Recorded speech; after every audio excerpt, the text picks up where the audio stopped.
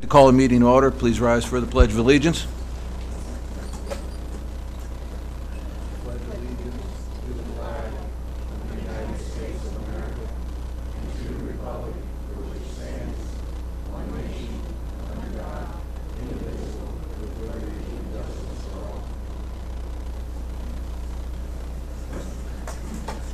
Thank you. Let's move to approval of the agenda. Are there any items that would be asked to be added to the meeting agenda for today?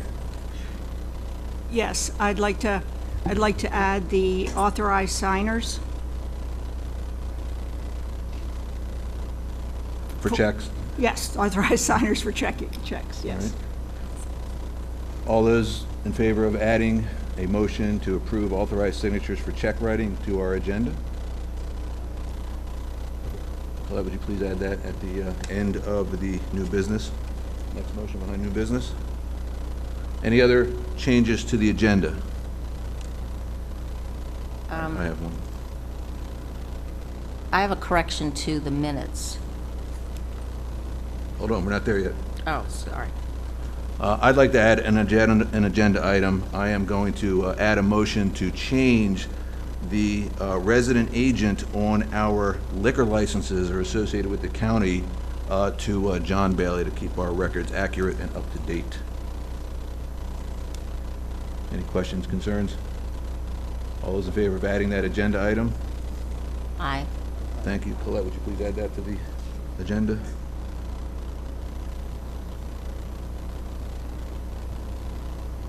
Are there any other changes to the agenda? All right, I have one final change to the agenda.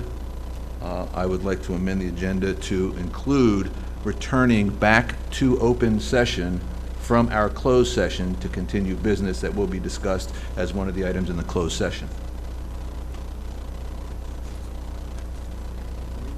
Agreed? Any questions about it? All in favor? Aye. All right, Colette, would you please agenda the amended to include that we will return to open session after our closed session? Any other changes to the agenda? All right, I'll call for a motion to approve the agenda as amended. Is there a motion? Is there a second? Second. Motion's been amended and seconded. Any further discussion? I'll call the question. All those in favor of accepting the change, the agenda as noted with the changes noted, please signify by saying aye. Aye. All right, the agenda is approved. Thank you. We'll move to approval of the meeting minutes. Hopefully everybody's had a chance to review the meeting minutes from July 28th. I will entertain a motion to accept the minutes as presented for the July 28th meeting. Is there a motion? I need to move for correction to the minutes for the July 28th meeting. Under motions, it indicated that I nominated Mr. Herrick for vice president. That needs to be corrected to indicate that it was Ms. Supik. I'd ask for a second to the original motion of whether or not we want to move forward with approval of the minutes from July 28th. Can I get a second, please? All right, seconded. Cheryl, so noted on your item. Discussion.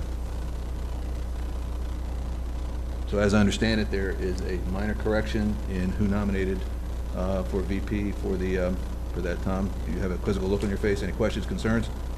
Everybody understand the change? All right, all those in favor of amending the minutes as Cheryl suggested? Aye. Aye. Opposed? Please amend the minutes and record them with the noted change. Okay?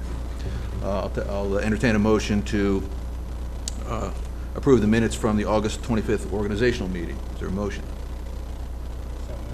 Is there a second? Second.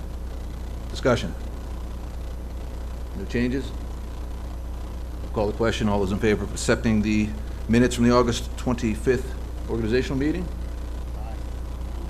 Opposed? Please accept and record accordingly. Thank you. All right, moving to presentation of an appreciation of a gift to a past board member. I understand it's tradition that the association recognizes the service of board members that have served on the board of directors, and as such, I would like to invite Dave Stevens to come forward.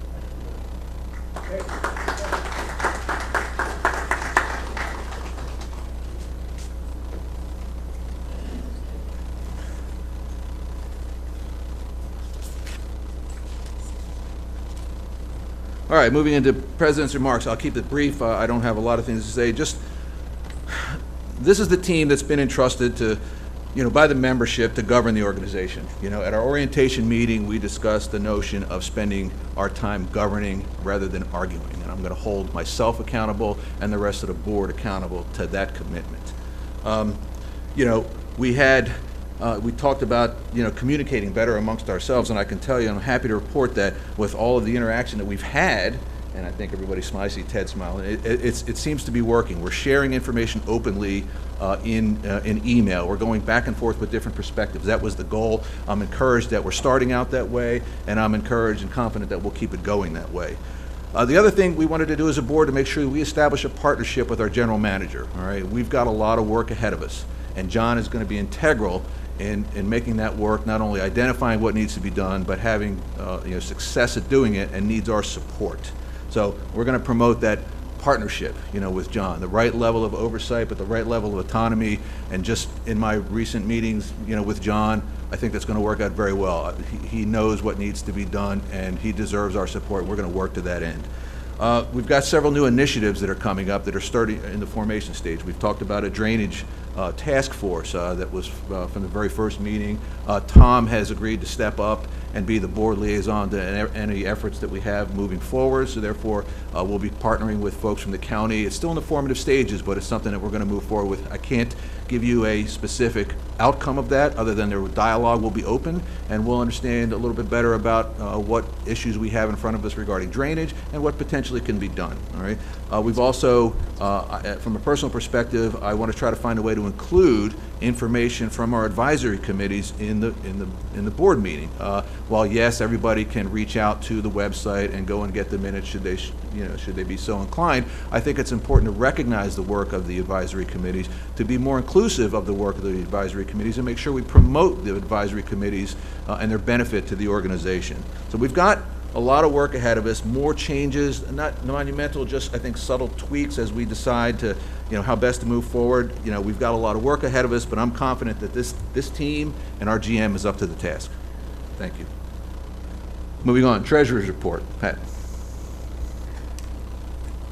Before I present the financial information, I would like to publicly express my appreciation to John Viola for coming out of retirement and jumping in to help Ocean Pines with his significant financial expertise and experience during the summer months, absolutely the busiest time for Ocean Pines in the finance department.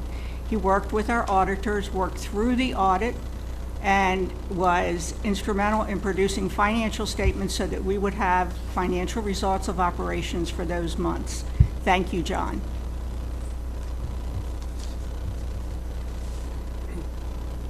Do we have the slide, Michelle? Oh, it didn't work? Oh, it's worked in the past, sorry. Okay, I'm going to say the numbers.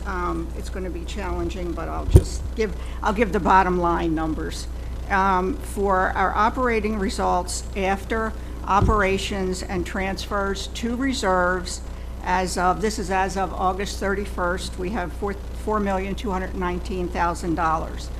That was a variance to budget of $697,000, and that variance was driven by amenities revenue being under budget by $604,000 on the revenue side. On the expense side, expenses were over budget by $105,000. And the areas that were over budget were contract services and professional fees, and promotions and discounts. Wages were under budget. The total combination, as I said, was $697,000 off budget. The projection for year end at this moment is a significantly greater negative variance from budget than the $700,000 that we're currently experiencing. There is a new guide, an industry standard guide that I will present at least quarterly, and the first standard is for labor costs to gross revenue in the food and beverage area. And for the yacht club, again, this is through August 31st of this year, the industry standard is total labor cost, that's labor and payroll and benefits. For the industry, 35% is the standard. For the yacht club, it was 55%. For the beach club, using that same standard of 35%, which may not be accurate because there's not table service, the beach club was 21%. We're going to drill down farther in those numbers. For reserves and capital, the balance at August 31 of our reserves, including our roads reserve and a golf reserve, which currently has zero balance, but the reserve committee wanted to preserve the concept of a golf reserve. The balance was $5,664,000. The bulkhead balance at August 31st, $2,611,000. Projecting out for year end, that would be April 30, we have unbudgeted capital expenditures that hit the reserve of $173,000, and we have additional budgeted expenditures of $1,683,000. So the projection as of August 31st for the April 30 balance for general reserves and roads and golf is $4,403,000. For the bulkhead, there isn't any budgeted expenditure this year, but I think that's going to be a significant topic that the board is addressing today and going forward. So the projection is $2,611,000 for year end. However, that's based on prior to the board investigating what needs to happen with the bulkhead. I'd like to give an update on the reserve working group. Dave Stevens is leading that charge. The committee met with Doug Green of DMA to discuss updating the reserve study. The reserve study currently, I believe, has 2 to 3 year old numbers in it. So all of the asset replacement that we have done in the last 2 or 3 years is not contained in that study. So DMA will be updating that study with the assets that we have replaced, in addition to projections that the working group continues to decide on for the future, such as CPI, annual CPI, what assets we need to replace.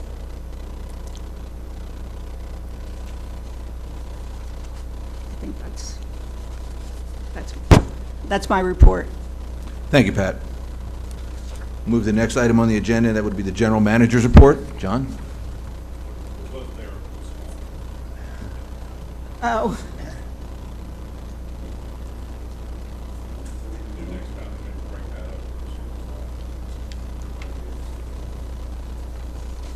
Okay. Good morning, everybody. Again, thank you for the warm welcome. It's been 15 days. For my meeting report today, brief.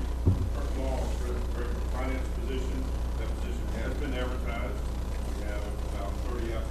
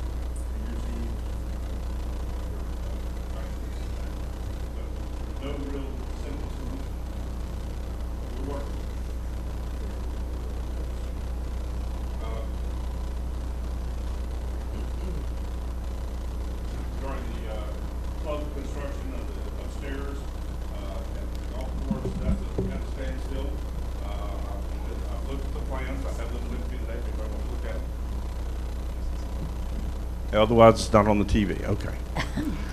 Well, I'm used to having a microphone too, so I can do it either way. Anyway, back to the country club. I've been upstairs at the golf course.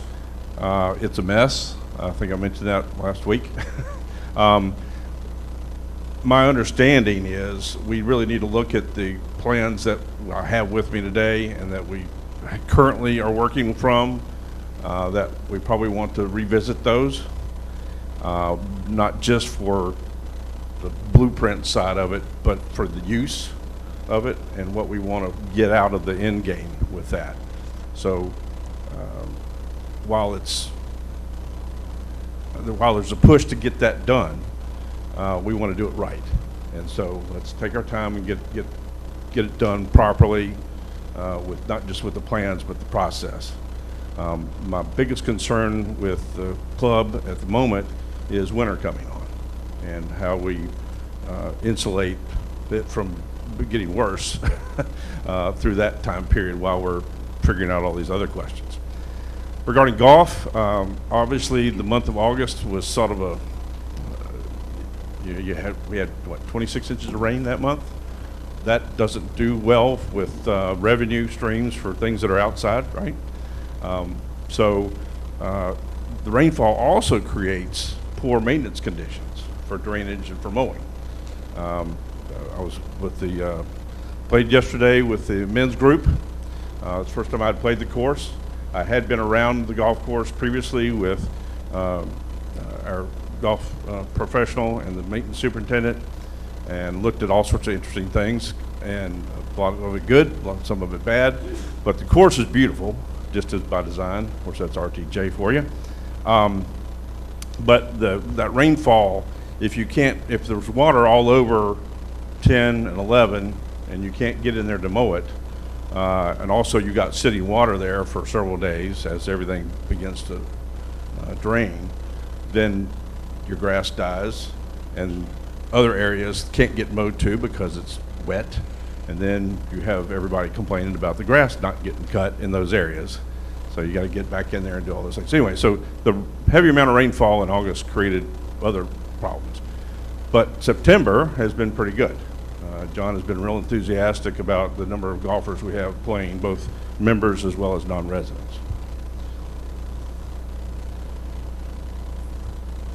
In the recreation department, obviously the summer camp was very successful, and of course they're preparing for the fall festival that's coming up and the holidays programming. I think tomorrow there's a flea market here, this building. I think that's right. One thing that I didn't put on here, just as a reminder to everybody, our supervisor is having a town hall meeting tomorrow at the library. That starts at 10 a.m. So I encourage you to come to that as well. Racket sports, the 2 platform tennis courts are proceeding. The foundations are done, and the footers are complete. The base material is happening today and Monday. Week to 10 days, we'll have the asphalt done, and after that, of course, the fencing and the netting. For the IT department, most recently, amongst many IT things we're working on, we've installed a secure entry fob system for the admin building. That way we can know who's coming and going and what times, and also provides for people to get in and use the committee room when the rest of the building's locked up. And lastly, just some general things that I've been working on, building these relationships, interacting with the board members, lots of interactions with the staff at their various particular sites of work. I've attended about 4 or 5 committee meetings at this point. I'll continue to do that, and interacting with the residents, most recently again last night over at the Yacht Club, interacting with people who are dining. I'll share a story from a previous work that I will work the room. I'll either take drink orders, take food orders, run food, run drinks. If I've got my notepad with me, you could feel free to talk to me and interact with me. If I don't have my notepad with me and I'm with my wife or my kids, I won't remember the conversation, so call me the next day. But the point is, I will be out and about interacting with folks as much as I can. Reviewing the organizational structure and services, both the organizational chart itself, the services that we provide, and then drilling all the way down to including how we handle our money. How does it get from point A to point B to point C to point D? And how many hands touch it, and all those protocols that we need in place. So all those things have been looked at.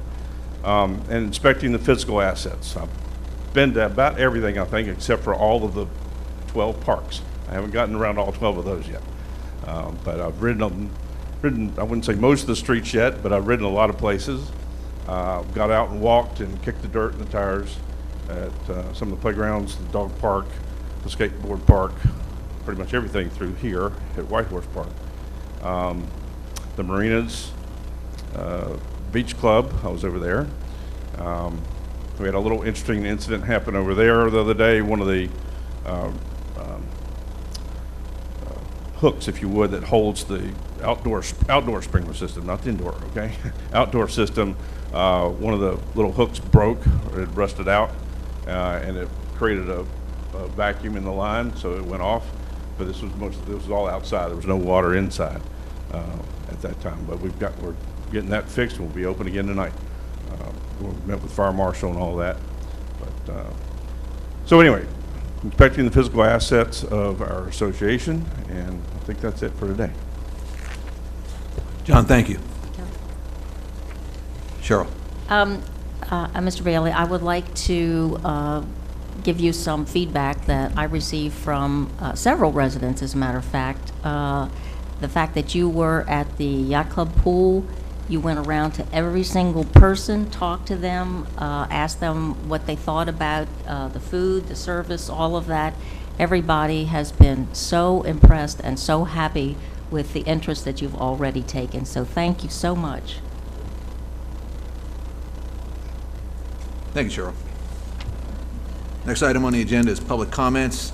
Just a reminder, our bylaws do have a stipulation regarding decorum and content. I would ask that folks keep comments that are slanderous, negative to a board member, to a staff member, or to another member of the association out of your public comments, but I do encourage public comments on any and all topics at this point. The floor is open. And when you come up, please state your name and your address. Thank you.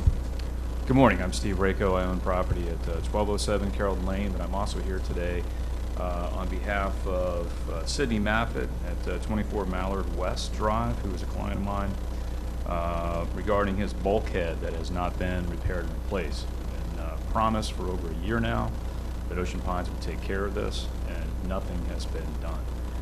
Repeated attempts to work through Mr. Hill last year simply met with a lot of stonewalling, delays, and excuses. I know that Public Works has been out there quite a few times to fill in the sinkholes that continuously arise. We're worried about the undermining of the bulkhead itself and the shoring up of the property. And my client has also retained an engineer to go out there and do an assessment, and it's not good. So concerned about, since the house sits 15 feet from the bulkhead, what's going to happen if that bulkhead fails. This board has a fiduciary duty to make sure that all those bulkheads are replaced in those areas that Ocean Pines is responsible for doing bulkhead repair. Since my client has owned the house over 18 years, no work has been done on this bulkhead. It is failing. It needs to be done. It's my understanding from talking to Kevin Layfield in Public Works that permits were approved, that High Tide is ready to go. High Tide Marine Construction, also a client of mine. And that brings me to my next point, is that there is an enforceable contract between High Tide and Ocean Pines that High Tide has the emergency repair work for the bulkhead. It's a valid enforceable contract executed by Mr. Hill and his apparent authority to act on behalf of the association, and High Tide intends to enforce that contract if, and I understand there may be some discussions later on. There's a motion on the agenda. I don't know whether that's going to be in public or a closed session, but I don't see an opportunity later to address this in any other public comments, so I'm going to do it now. But I would encourage the board to follow through on that. They were the lowest bidder, and simply ratify the contract that was already executed by Mr. Hill. I appreciate that. And again, thank you all very much for the longtime service that those of you have shown Ocean Pines, for those of you that are continuing on. Welcome to the new members of the board. We're proud to have you. Mr. Maroney, I've known you for a while, and thank you. I think you bring a tremendous amount of knowledge, especially when in the area of contracting and making sure the facilities and Ocean Pines itself is in good hands. And listen to him. He knows what he's talking about. Mr. Bailey, I hope you brought your virtual helmet and flak jacket. Having been a Marine, I welcome you to Ocean Pines. I think this group is going to be a good group for you to work with, and certainly those of us who own property here hope that you will make a significant difference, and I wish you best of luck. Thank you. Other public comments?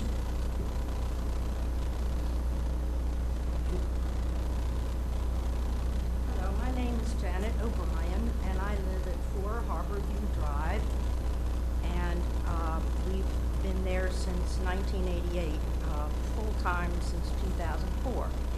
To lower the microphone, I don't think that's... My comments are certainly, and concerns are very, very minor to the major things that you all are taking care of, but only because I live there and see things every day. They're kind of important to me, so I took the opportunity to make a comment today since I can. These are all swim and racket club area concerns that I have. One, I hope, is a very doable and inexpensive concern or request. I was hoping that when you do the budget this year, you might include a small amount of money to have a truckload of sand put up on the little beach.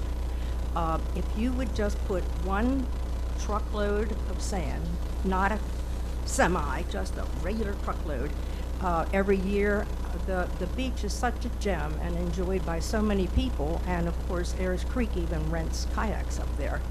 It would keep the sand nice, and I think that Mr. Thompson had a truckload put there maybe 2 years ago, and it made a huge difference. And if we could just do a little thing like that every year, it would really help. Also in that very area, back when we had waste management, they took that big ugly dumpster out, which we have to look at all summer. We understand it has to be there for the pool staff. But they took it out in the off-season. But Republic has left it in there year-round. And last year I had asked Public Service if it could be removed, and they said that it was not in the plan to remove it and that it was going to stay there, and it did. And unfortunately, we have mattresses and chairs and trash and garbage thrown by everybody who wants to do that up there. And it's an eyesore, and I don't think it should be left like that. And I don't know why it can't be removed. When the pool is not open, it would be nice to have it not there. And my third little thing is, I know that it's not a minor expense, but two of the tennis courts were removed, and now we have a big macadam, black square there. And the two courts that are left, the fence is looking like one more wind and it might come down. But as I say, these are things that I know are not major concerns, but kind of to me they are. Thank you. Thank you. Other public comments? Hi, everybody. I was just Can wondering. you please state your name and your address? Oh, I'm please? sorry. Thank you. Laura Whitaker, 20 Easton Avenue. I was wondering if there's a possibility you could consider, as you're expanding the tennis courts and the pickleball courts, if you could think about or look into putting up some kind of sound barrier, because those of us who live all around the perimeter of the tennis court, the pickleball, the dog park, and the playground, I live right on the other side of the woods. there's a lot of noise pollution, like, whoa! Yeah! 4! Top of the ball! Whack! Whack! Whack! Whack! Dogs barking and fighting, kids screaming and yelling and crying, and people yelling after, Fido, come here! So anyway, this goes on pretty much all year round. I just wanted to give you a little feel for what it is. And so and just to make it clear, I'm not saying stop playing. All that stuff is great. It's good exercise, it's fun. I don't want anyone to stop doing what they're doing. I want the kids to play, the dogs to play, the people to play. But if there could just be like some kind of, even trees or something to just muffle some of that sound, would be awesome. And then everybody would be happy.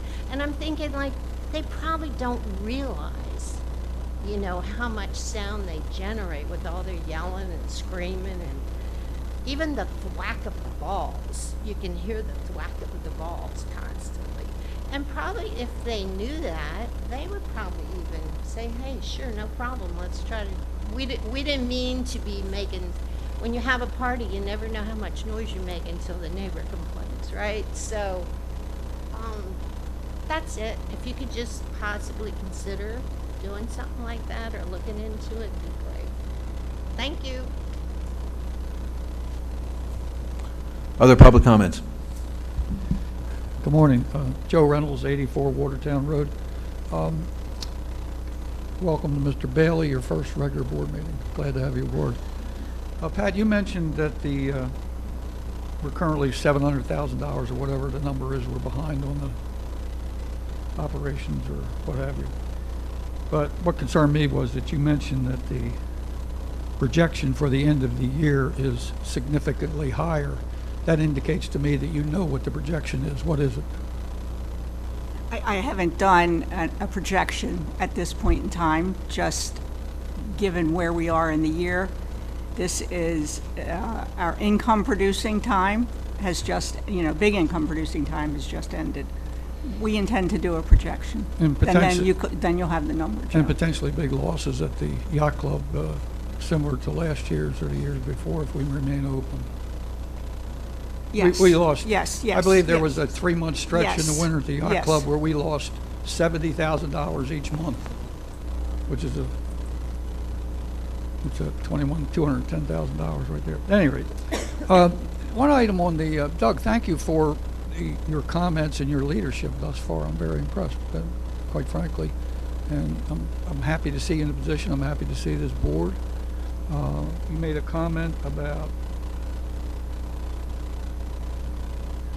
governing, not debating or arguing, and I think that's an excellent approach.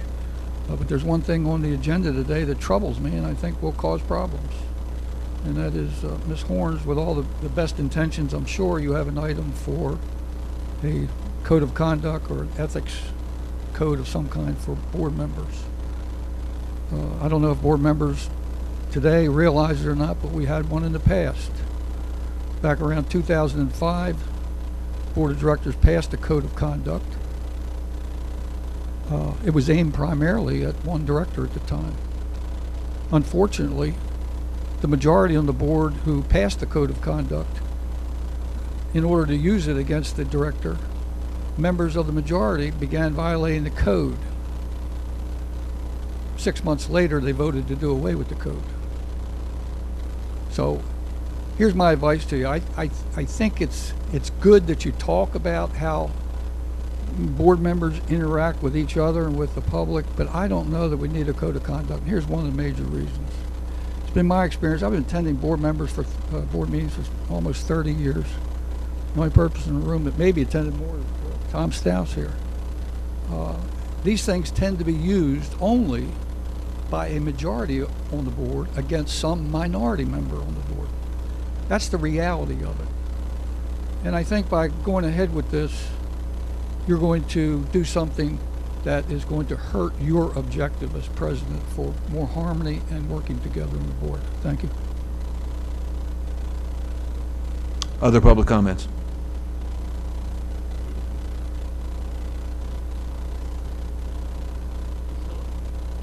My name is Ron Kennard, 719 Ocean Parkway, Section 11. I want to welcome Mr. Bailey to Ocean Pines. He's got a lot on his agenda, and my property is one of them. It has to do with drainage. I have such a drainage issue that 3.5 inches of rain we got 2 weeks ago, I was underwater, my whole backyard. Right now I'm in the process of a flood policy with my FEMA because of my HVAC. It sits 2 cinder blocks off the ground. It's corroding from underneath from all the salt water that it collects. My shed's taking a pounding in the back. Ocean Pines has a drainage responsibility in the back of my yard to clean it out. It's never been done. I've been promised it by the head of Public Works. He's never come by to clean it. It has full of debris. It's the Chesapeake Bay runoff. So if you get 3.5 inches of rain on the ground with the high tide, I'm underwater. Every time this happens, and I brought it to Public Works' attention over and over and over again, and I just can't get anywhere with it. So I'm tired of being underwater. FEMA's involved now. I hope they get involved with as far as maybe pursuing issues to help me out to stay dry. It just, 3.5 inches of water, everybody else can hold it here. I can't. And there's a lot of us in here who can. So it's up to you all, Mr. Bailey especially, to go in there, clean the back of your property out that you're responsible for. That way, I know we can't stop Mother Nature, but it can help. Clean that back area out. It's Section 11, back there with the park. Clean that out. It's full of debris, logs, everything's in there. It's just got to be cleaned out. I've talked to your Public Works. It's the wetlands. He says I got to get permission from the county. They were there with the head of Public Works, and they gave him permission. Ocean Pines still hasn't gone and pursued to clean it out. I just want help from you all with this water. It'll help. So I'm not sitting there. I look at the weather. I say 3 to 4 inches. I dread. I'm going to be underwater. It's killing my HVAC. $7,000 for new HVAC. My shed, the outs of my shed are corroding from the high levels of water, and FEMA won't cover it. And this has been an ongoing issue with Ocean Pines, and it sits right back at that overflow. I mean, I think on the whole section I may be the only one complaining, but there's a lot of us there. But I'm taking a lot of the blunt. So I just want y'all to help. You see if you can help me out. 719 Ocean Parkway, Section 11. Get in there, clean your responsibility out. That'll help with Mother Nature and all that water. Because you mentioned August, September waters. Can you imagine what my property was like with all that debris and that overflow? Just clean it out. It'll help. That's all I ask. Clean it out. And FEMA's been in there, so they've even walked back to Sawyer area, and they looked at me and said, "Who's responsible to clean this out?" Ocean Pines. And I don't know if they'll help me as far as coming to you to say, hey, we need to help this guy out, so we don't keep, because it's going to be claim after claim after claim. So, I just ask for help. Just help me clean that out. I can't do it on my own. I've been to Public Works. He knows all about me. Your head down there. He's been there with the county. He's given them approval to do it. I just want y'all to do it. Take the next step. And as far as the GM report, my opinion, the first thing on the GM report should have been drainage. Not for the golf course. Homeowners who are trying just to live every day. The homeowners who have to live there underwater every time of 3 or more inches of rain. That should have been your #1 agenda. Thank you. Other public comments?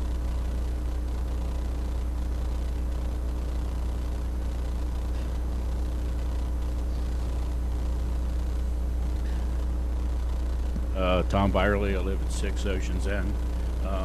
Just a couple comments. I was wondering if anybody's entertained the thought, because I mentioned this probably a year or 2 years ago, when you all changed the name of the yacht club. Mr. Bailey just called it the yacht club. Everybody calls it the yacht club. You got a 50-year anniversary coming up. Don't you think it should be called the yacht club? It's been there. It's been there forever. Mr. Bailey worked at Lake of the Woods. I visited there. What went on is completely out of line. The other thing, quick comment. I'm going to request that the golf course put a net up around the entire golf course, because people are getting hit with golf balls. Houses are getting hit with golf balls. If you're going to stop the noise from a tennis court, then put up a net around the golf course. If you don't like the amenities of places you live, don't live there. Don't talk about things that are happening. If you don't like golf balls, don't buy on the golf course. It's pretty simple. Anyway, my main thing is the yacht club. Let's get it back to what it was and keep it that way, and hopefully it will improve. Thank you.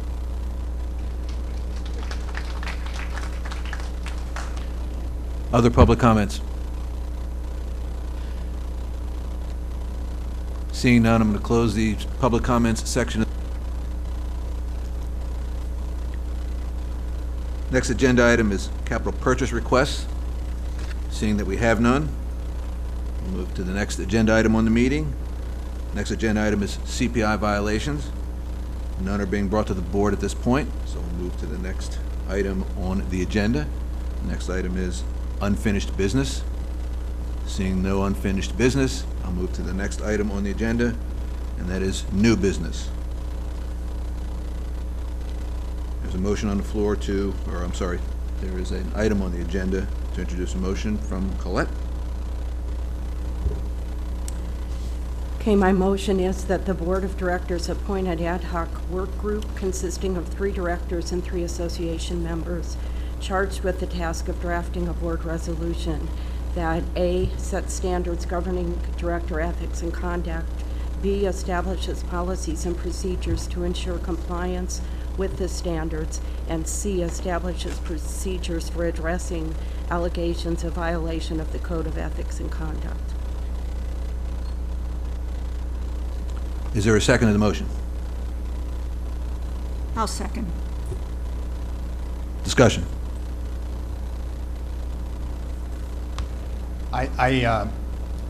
My position is that if we're looking at something that's going to set some principles in a resolution and we're willing to work that for a while, I just don't want to end up with pages after pages of ethics policies that are unenforceable, unintelligible. So I think if we want to look at it, for this board, it may be something that we can sit down and talk about and let this work group go. And I'll vote for it because of that, but we also need to be realistic. Let's see what it comes back with and see if we can get to something that is usable and applicable to what we're doing. I think the biggest purpose behind this is to make sure that we don't run through a situation that we have in the past where you have a nebulous, there's nothing to measure whether somebody is violating board policy or not, or being a good board member or not. So you end up having, for lack of a better phrase, witch hunts going after it. So I think that it may be very difficult to get there, but I think that we should go ahead and give it a shot and see what happens. Other discussion? Cheryl. I think it's a worthwhile endeavor, and I am supportive of letting the work group see what they can come up with, and then we can deal with it. Other discussion? Slobodan. Thank you, Doug. I would just like to add additional comment here. I realize that the ad hoc work group will focus primarily on developing code of ethics for the board of directors. I don't know if such code of ethics exists for the association itself. And just reflecting back on past events that occurred with regard to GM or the staff in general, I wonder if we should consider expanding the purpose of the group to look at a code of ethics for the association as a whole. So if we hold directors to a certain level of standards, that we also consider having that as really a corporate standard code, not necessarily just a code for the directors themselves. So that's the only thing I'd like to comment on. And I'm hoping that the group, the ad hoc group, will consider looking at that broader picture as opposed to targeting the code of ethics only for directors. Other comments? I'll add one. The motion in and of itself is to create an ad hoc group. There's nothing enforceable at this point. I don't see any harm in investigating the options of what a code of ethics would contain. I believe we can also reach out to CAI, because they may have some reference material as well. And I think it's probably time well spent to at the very least gather information. So unless I am misunderstanding the intent of the motion, it's merely to create this group and then provide information back to the board to determine at some point in the future whether or not we want to have an enforceable code of ethics that's well-defined and added to our resolutions. Is that a fair statement? All right, then that's the way I view it at this point. Any other comments, discussion? Cheryl? I think we need to have the person who's bringing the motion forward to say if that is in fact what you intended. That is in fact what I intend. Okay. And just to add to that, that it would actually be reviewed by the Bylaws and Resolutions Committee before coming back to the board as well. Any final comments, discussion? Seeing none, I'll close discussion on this motion and call the question. All those in favor of the motion as presented, please signify by raising your hand and saying aye. Aye. All those opposed? Please record the vote as noted.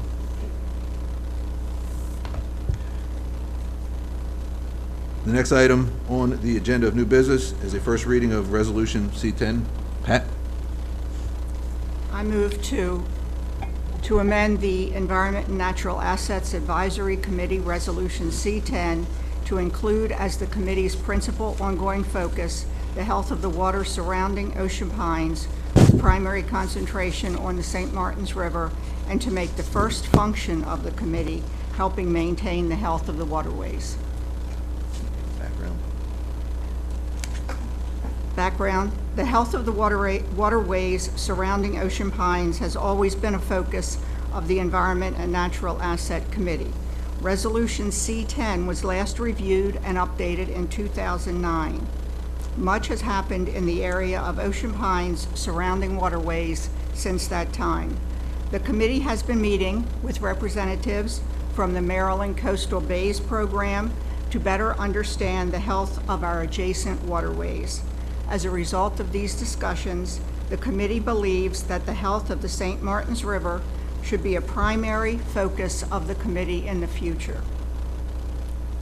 The St. Martins River has the worst rating of any body of water in the coastal bays area. It's now at a D+. The water quality is continuing to decline. Slipping below D+ to an F might have financial and quality of life consequences for all Ocean Pines residents. Even staying at D+ opens us to health issues due to algae and shellfish toxins. The committee has seen that neither the county, the state, nor the federal government have any real focus on the St. Martins River. The river has no champion. It is in the best interest of Ocean Pines residents that the Environment Committee make its primary focus the St. Martins River. Is there a second? I'll second. Motion's been seconded. Discussion. Cheryl? I think it's a noble objective, but I don't really know what Ocean Pines can do relative to improving the water quality, other than just bringing it to people's attentions. I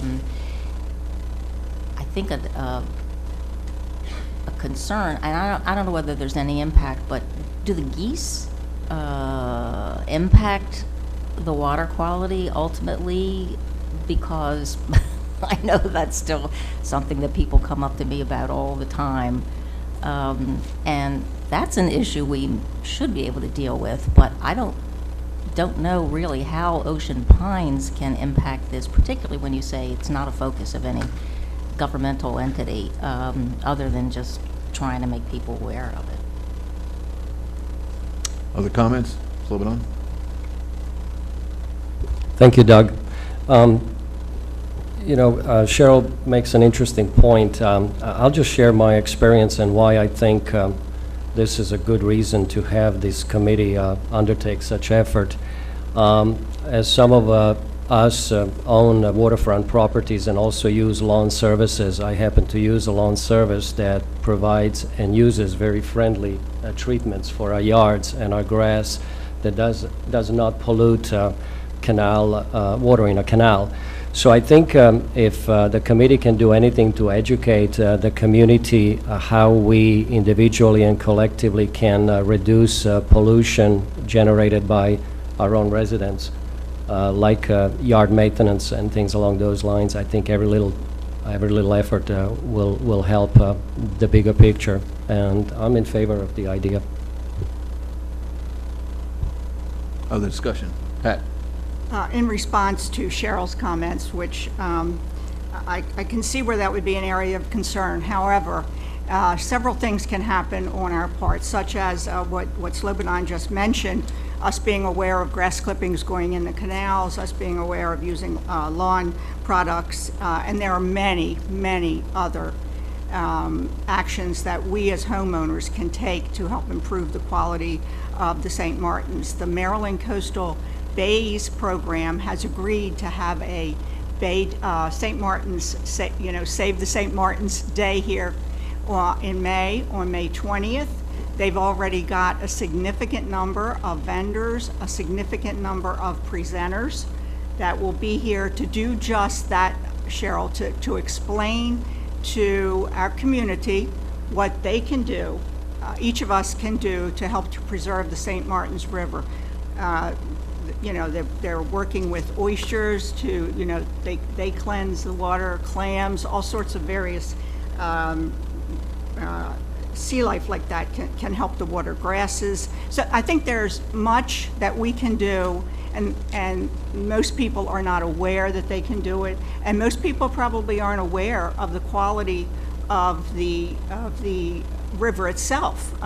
If you went around and asked people, I mean, it looks fine when you go over there most of the time, but if you asked, they would probably think that the water's fine and not a D+, which is, as I said, if it goes to an F, that has significant health consequences for the residents.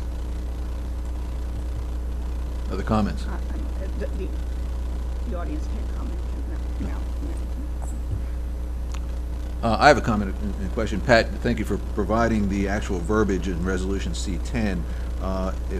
Just to clarify, the information that's underlined in red, is that the text that is being suggested to be added to the resolution? Yes. And in the purpose section that's added to the resolution, in the functions section, help maintain the health was always there, but it was down the line, and the committee has asked that it be the first function of the committee. I would direct my board colleagues to that particular document to make sure they understand the changes, the suggested changes in the language. Any questions on that? All right, by, I believe, protocol, this is a request for a first reading. All right, so to make sure that the motion is understood, we're requesting a first reading for proposed changes to Resolution C10. Unless there's any questions, I'll close the discussion and call for the question. All those in favor of the motion as presented, please signify by saying aye. All opposed? Any abstentions? Please record as necessary. The next item on the agenda for new business is the Budget and Finance Committee recommendations for the budget. Pat.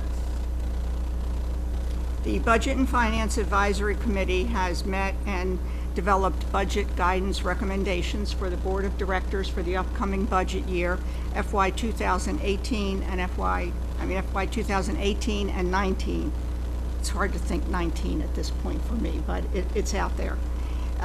The Budget and Finance Committee, under Resolution F02, Section 2, is offering this assistance to the General Manager and the Board in the budget preparation. Each department should describe the method used to develop their budget and details such as what metrics were used and what value the previous year's actual performance had. Absent any extremely detailed, reasonable, and well-documented approach for budgeting revenues greater than those achieved in the most recent past, amenity revenues should reflect no more than what was achieved in the most recent past. The justification here is that since these revenues were achieved, then it is reasonable they should be achieved again. In the area of FTE expense, review staffing by department for appropriateness of FTEs and salaries, use government industry statistics for comparison. Recommend the dollars be budgeted to have an outside study performed for this comparison. Use this study to also determine the range of increase by department and position. They suggest 3% salary increases be budgeted but awarded on a merit basis. Recommend that the human resources specialist position be filled as soon as possible. We believe an HR person would be valuable in avoiding lawsuits and establishing a benefits program in line with comparable metrics.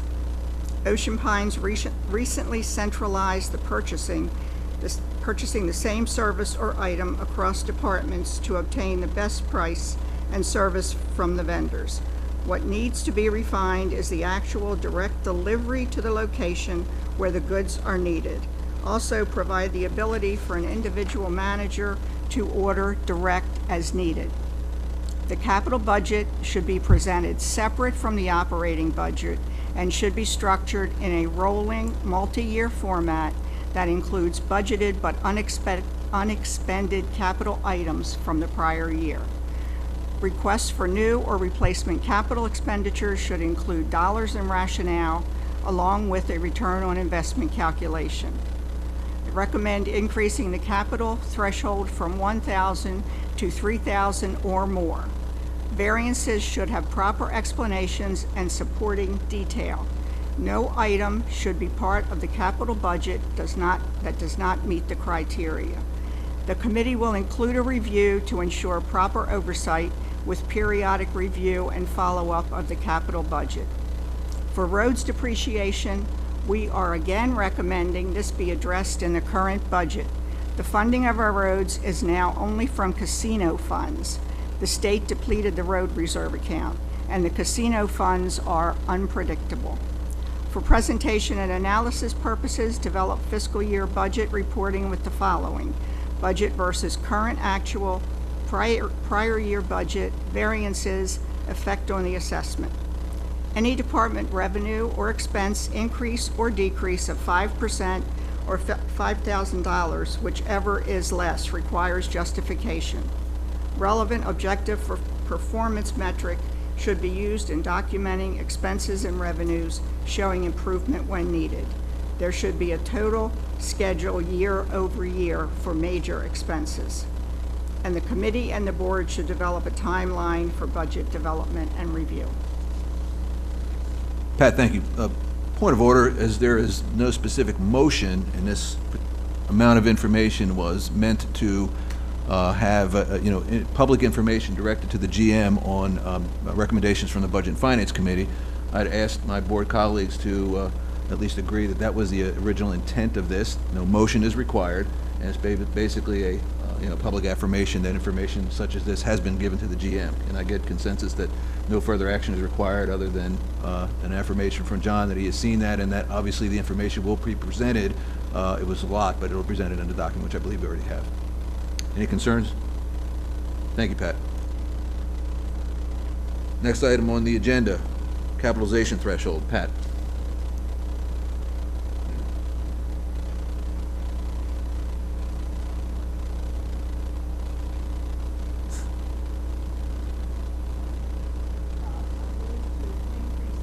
Microphone. Oh, sorry. I move to increase the asset capitalization threshold from $1,000 to $5,000 for Ocean Pines acquisitions. Background: the threshold at which property acquisitions are capitalized for Ocean Pines has been set at $1,000 for more than 12 years. As far back as I looked, it was $1,000, and is set forth in our financial policies. A low threshold for capitalization greatly increases the number of assets that must be accounted for in the asset list and subsequently tracked. Given the number of purchases made in the $1,000 to $5,000 range, this greatly increases the asset list, making tracking and accounting for all assets difficult and subject to error. In review and discussion with DMA, the firm that is working on our reserve study, The recommended limit for capitalization was at least 2, and it was noted that most companies our size are now using $5,000 as the threshold. Both audit firms that we have used, TGM and SCH, also recommended increasing the threshold, with their recommendation being the $5,000. Is there a second? Second. I'll open the floor for discussion. I just have one comment. As a layperson, this accounting concept was a little bit difficult for me to follow and understand, so I just want to share with the membership what Pat shared with me to make me more comfortable with the idea of making this change. It will have an impact on the operations budget, and that was the concern that I had. Pat assured me, based on the numbers going back 3 years, that the impact to the operations budget would, at its worst, be as much as $25,000, and at least, maybe $2,000 or $3,000. And certainly, we're all aware that these are rough financial times for us, and so we want to be very careful about our budgeting and things that impact the budget. But I'm in support of this motion based on the numbers that Pat was able to provide. Other comments? Seeing no additional discussion, I'll call the question. All those in favor of the motion as presented, please signify by saying aye. Aye. All opposed?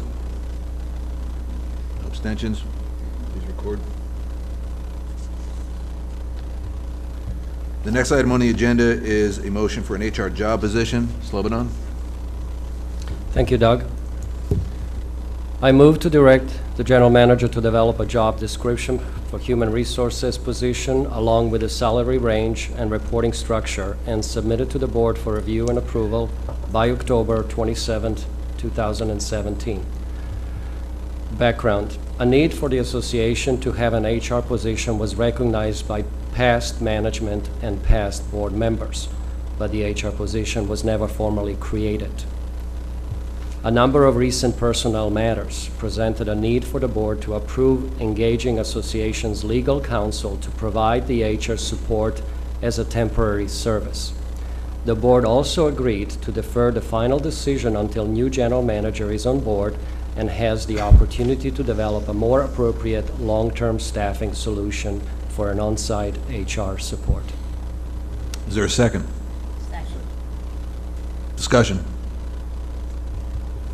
Ted? Yeah, the one thing I'd like to clarify, and we've already clarified this, but just for the public record, is that that position can be full-time, part-time, or outsourced locally based on what the general manager determines the needs of the association are. Other discussion? Thank you, Ted. You're absolutely correct. That's the intent for the GM to let us know what's the ideal setup. Any other discussion? Seeing none, I'll call the question. All those in favor of the motion as presented, please signify by saying aye. Aye. Aye. Opposed? Record. Next item on the agenda is a motion for a master list of all contracts and agreements. Ted? I move that the general manager provide the board no later than November 15, 2017, a master list, a spreadsheet, of all contracts and agreements, including who they are with, what it is for, the date of execution start, the date of expiration, the date of the first review, and the responsible party. Further, maintain a file drawer as a master file with a copy of each contract. Background. We need, as a board, a list of contractual obligations as well as a list that can be easily maintained and will allow sufficient time to prepare for rebidding and/or negotiation. It was used with great success a number of years ago, and this morning I saw it still exists. It just has not been updated in a couple of years, so I don't think it will be a major problem. Is there a second? So noted. Discussion.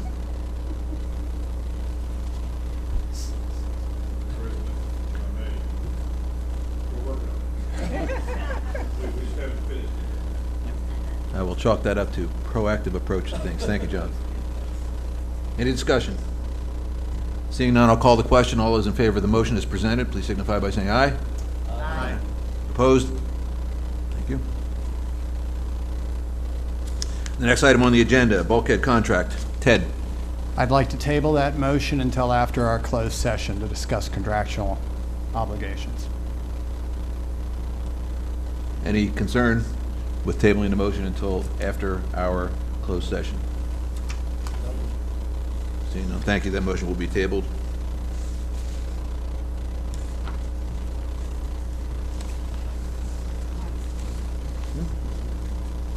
Come on, I got you. Relax. Take it easy. All right, the next item on the agenda was one that was added during our approval of the agenda earlier in the meeting. I move to change the resident agent on the liquor license for OPA that are on file with Worcester County to John Bailey, General Manager of the association. Background, the current licenses on file have Mr. Brett Hill as a resident agent. As Mr. Hill is no longer a member of the OPA Board of Directors, the information must be updated accordingly. In discussion, given the licenses are part of the operational aspects of OPA, the General Manager is the most appropriate individual to be named the resident agent. Is there a second? Second. Discussion.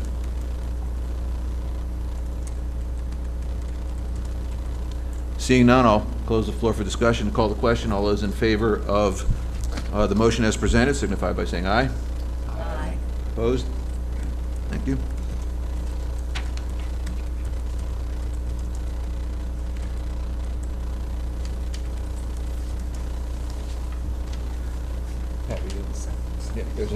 There is another item that we added during the approval of the agenda portion of the message, and it was due to the check signage. Pat? I move that we make the current check signers Doug Parks, President, Pat Supik, Treasurer, Jean Ringsdorf, Assistant Treasurer, and John Bailey, General Manager. Is there a second? Second. Discussion. Purely a housekeeping item. Understood? Seeing no discussion, I'll call the question. All those in favor of the motion as presented, please signify by saying aye. Aye. Opposed? Thank you. Any other new business? Seeing none, I'm going to close the new business portion of the meeting and move to committee appointments. As a point of reference, in the past, sometimes based on the amount of appointees that were being brought before the board, there was usually a sense that we do them all at once. In this case, I will not do that. I'm going to do them individually. So, first appointment is Virginia Reister, first term aquatics. All those in favor of Virginia being appointed as first term aquatics, please signify by saying aye. Aye. Any opposed? All right. Second item on committee appointments has to do with an extension. There is stipulation in our bylaws that will allow, and resolutions that allow through board majority to extend the term of an individual who serves on a committee who has served beyond the normal terms that have been stipulated in the resolution. So there is a recommendation that we allow Les Purcell a one-year extension to his service as a committee member on the clubs committee. Everybody understand the appointment as it's been presented? Okay. Not yet. Okay, all those in favor of extending Les Purcell's term as a committee member, signify by saying aye. Aye. Thank you. Any opposed? Next individual is Donna Hickey, second term clubs committee. All those in favor of Donna serving in the second term of the clubs committee, signify by saying aye. Aye. Any opposed? So noted. Next appointment is Gary Miller, second terms clubs committee. All those in favor of Gary Miller, second term clubs committee, signify by saying aye. Aye. Opposed? So noted. No extensions. Thank you. Please record associated. The next appointment, Gerald Horn, first term marine activities. All those in favor of Gerald Horn appointment as first term for the Marine Activities Committee, signify by saying aye. Aye. Opposed?